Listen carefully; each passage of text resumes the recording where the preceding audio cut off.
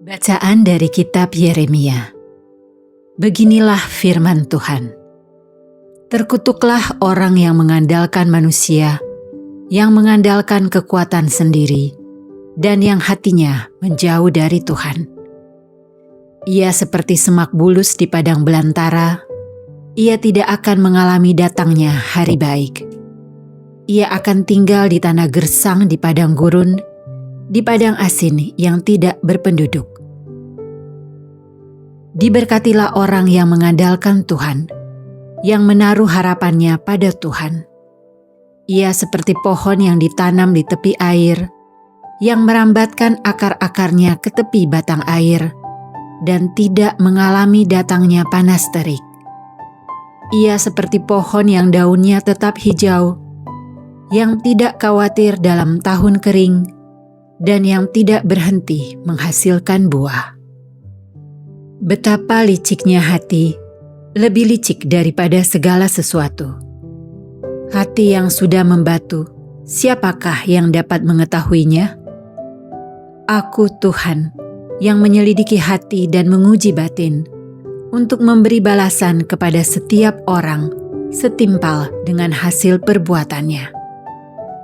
Demikianlah sabda Tuhan. Syukur kepada Allah. Berbahagialah orang yang menaruh kepercayaannya pada Tuhan. Berbahagialah orang yang menaruh kepercayaannya pada Tuhan. Berbahagialah orang yang tidak berjalan menurut nasihat orang fasik, yang tidak berdiri di jalan orang berdosa, dan yang tidak duduk dalam kumpulan kaum pencemooh. Tetapi yang kesukaannya ialah hukum Tuhan, dan siang malam merenungkannya. Berbahagialah orang yang menaruh kepercayaannya pada Tuhan. Ia seperti pohon yang ditanam di tepi aliran air, yang menghasilkan buahnya pada musimnya, dan daunnya tak pernah layu. Apa saja yang diperbuatnya berhasil. Berbahagialah orang yang menaruh kepercayaannya pada Tuhan. Bukan demikianlah orang-orang fasik. Mereka seperti sekam yang ditiup angin, sebab Tuhan mengenal jalan orang benar, tetapi jalan orang fasik menuju kebinasaan. Berbahagialah orang yang menaruh kepercayaannya pada Tuhan. Injil Suci menurut Lukas. Dimuliakanlah Tuhan. Sekali peristiwa Yesus berkata kepada murid-muridnya, "Ada seorang kaya yang selalu berpakaian ungu dan kain halus, dan setiap hari ia bersukaria dalam kemewahan. Dan ada seorang pengemis bernama Lazarus, badannya penuh dengan borok. Ia berbaring dekat pintu rumah orang kaya itu, dan ingin menghilangkan laparnya dengan apa yang jatuh dari meja orang kaya itu.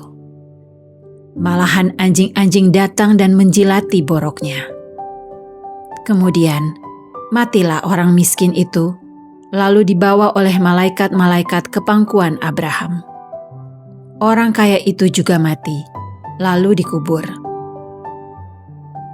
Sementara menderita sengsara di alam maut, ia memandang ke atas, dan dari jauh dilihatnya Abraham dengan Lazarus duduk di pangkuannya. Lalu ia berseru, 'Bapa Abraham, kasihanilah aku. Suruhlah Lazarus mencelupkan ujung jarinya ke dalam air dan menyejukkan lidahku, sebab aku sangat kesakitan dalam nyala api ini.' Tetapi Abraham berkata, 'Anakku, ingatlah, engkau telah menerima segala yang baik semasa hidupmu, sedangkan Lazarus segala yang buruk. Sekarang ia mendapat hiburan dan engkau sangat menderita. Selain daripada itu, di antara kami dan engkau terbentang jurang yang tak terseberangi, sehingga mereka yang mau pergi dari sini kepadamu, ataupun mereka yang mau datang dari situ kepada kami, tidak dapat menyeberang.' Kata orang itu, 'Kalau demikian, Aku minta kepadamu Bapa, supaya engkau menyuruh dia ke rumah ayahku. Sebab masih ada 5 orang saudaraku, supaya ia memperingatkan mereka dengan sungguh-sungguh, agar mereka kelak jangan masuk ke dalam tempat penderitaan itu. Tetapi kata Abraham, ada pada mereka kesaksian Musa dan para nabi. Baiklah mereka mendengarkan kesaksian itu. Jawab orang itu, tidak Bapak Abraham, tetapi jika ada seorang yang datang dari antara orang mati kepada mereka, mereka akan bertobat.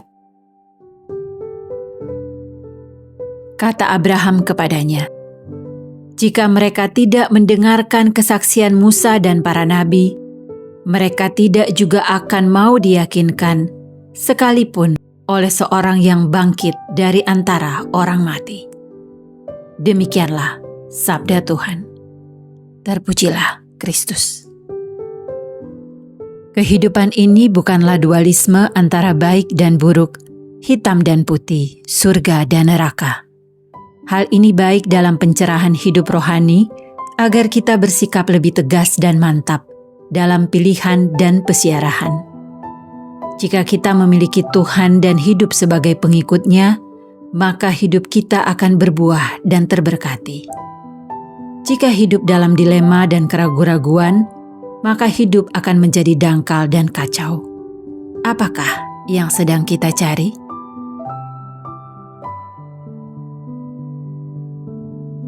Marilah kita berdoa. Allah Bapa Maha Mulia, Engkau memelihara kami melalui sakramen-sakramen. Semoga kami selalu mematuhi sabda-Mu yang menuntun kami menuju Sang Kurban sejati, yaitu Yesus Kristus, Tuhan pengantara kami.